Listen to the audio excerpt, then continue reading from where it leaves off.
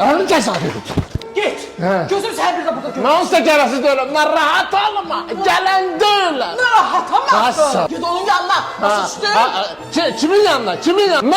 Mən Elşad olum, sadına qətnamə, nə olur, ev yox, qətnamə, ev yox. Mən hə? Ama gözümlə gördüm ki nəyi? sən Aygün'ü like eləyirsən. Amma Aygün Kazım oğlum, mən like eləyə bilərəm də, başqa niyə bilərəm ki? Əgər siz də yoldaşınızla aranızda olan pərdəni götürməmisinizsə, o zaman pərdəni bizdən götürün.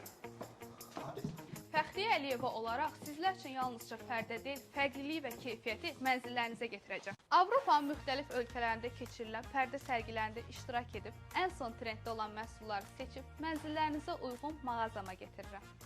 Seçdiyim hər bir model zövqlə hazırlanmış interyerlər üçün nəzərdə tutulub, evinizə fərqlilik qatacaq. Əgər siz də sıradan deyil, seçilən və xüsusi olmaq istəyirsinizsə, o zaman bizə müraciət edirsiniz. Evinizə yaraşan ən gözəl pərdələri seçim edirik. Nə var? Nəyə gəlmişsən? Saat şeylə yanmışam, az.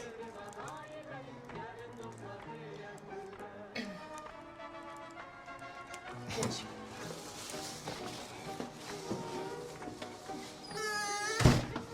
Darıxdım. Geç. Gəl. Necə də zəif nöqtəmi görüyor.